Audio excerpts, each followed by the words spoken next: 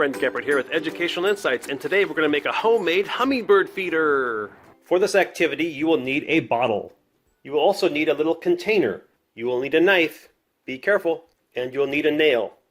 You will also need 3 pipe cleaners, a glue gun, some EVA foam, or some plastic flowers. You will also need 2 cups of water and a 1/4 cup of sugar. First step, put a bunch of holes in the top of the lid like this.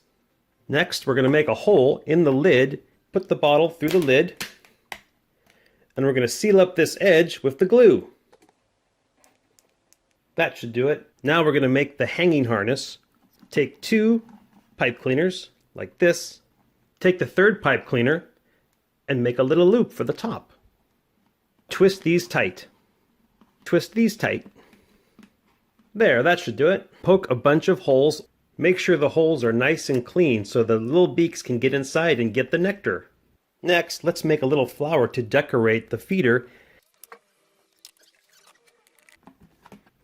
Glue some more flowers around the edge. Dissolve the sugar into the water.